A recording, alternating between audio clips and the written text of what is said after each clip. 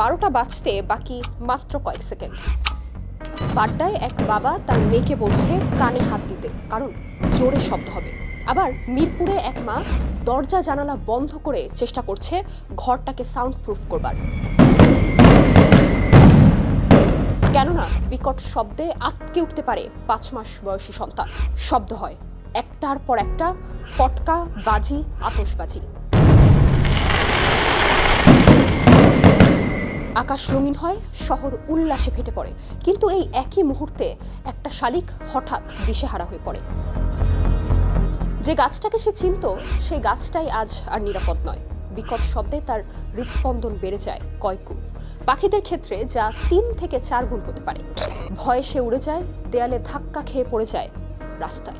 এটা কল্পকাহিনী নয়। ঢাকা বিশ্ববিদ্যালয়ের প্রাণীবিদ্যা বিভাগের গবেষণা বলছে, অতিরিক্ত শব্দ দূষণে শহুরে পাখিদের আচরণগত ভারসাম্য নষ্ট হয়। অনেক ক্ষেত্রে তাৎক্ষণিক মৃত্যু পর্যন্ত ঘটতে পারে। শব্দের সঙ্গে আসে ধোঁয়া। বাজির ধোঁয়ায় থাকে sulphur die oxide, nitrogen oxide, ভারী ধাতু।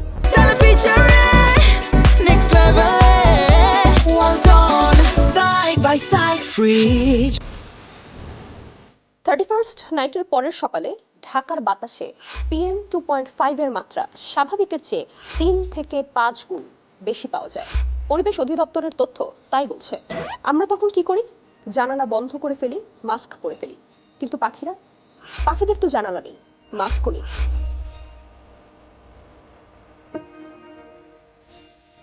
একই শহরে একটু দূরে একটা বাসায় কাঁদছে একটা শিশু। নাম তার উমায়, বয়স কয়েক মাস। ডাক্তাররা বললেন নবজাতকের স্নায়ুতন্ত্র খুব সংবেদনশীল। 85 ডেসিবেলের বেশি শব্দ তার হৃদস্পন্দন ও শ্বাস প্রশ্বাসে মারাত্মক প্রভাব ফেলে। সেখানে একটা বাজির শব্দ গিয়ে দাঁড়ায় 140 ডেসিবেল পর্যন্ত। এই বছর এই শহরেই বাজির বিকট শব্দ সহ্য করতে না পেরে থেমে যায় উমায়ের ছোট্ট হৃদয়। নতুন বছর আসে, ক্যালেন্ডারের পাতা বদলায়, কিন্তু উমায়ের আর ফেরে না। রাস্তায় পড়ে থাকে পোড়া খোসা, প্লাস্টিক, রঙিন কাগজ, বিষাক্ত ছাই। সিটি কর্পোরেশনের হিসেব বলছে 31st নাইটের পর শুধু ঢাকাতেই কয়েকশো টন অতিরিক্ত বর্জ্য পরিষ্কার করতে হয়। এই বর্জ্য যায় ড্রেনে, নদীতে, মাটিতে। যে আনন্দ কয়েক সেকেন্ডের, তার ক্ষত থাকে অনেক দিন। কারণ নতুন বছর মানে তো নতুন শুরু। কিন্তু সেই শুরুটা যদি হয় একটা পাখির শেষ উড়ান, একটা কুকুরছানার ভয়, একটা শিশুর হৃদস্পন্দনের বিনিময়ে, তাহলে সেটা উৎসব নয়, হিসেব। হয়তো এবার আমরা থামবো, একটু কম শব্দে আনন্দ করব।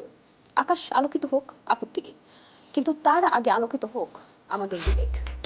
কারণ মানুষ হওয়ার সবচেয়ে বড় প্রমাণ নিজের আনন্দে অন্যের বাঁচার অধিকারটুকু বাঁচিয়ে রাখা।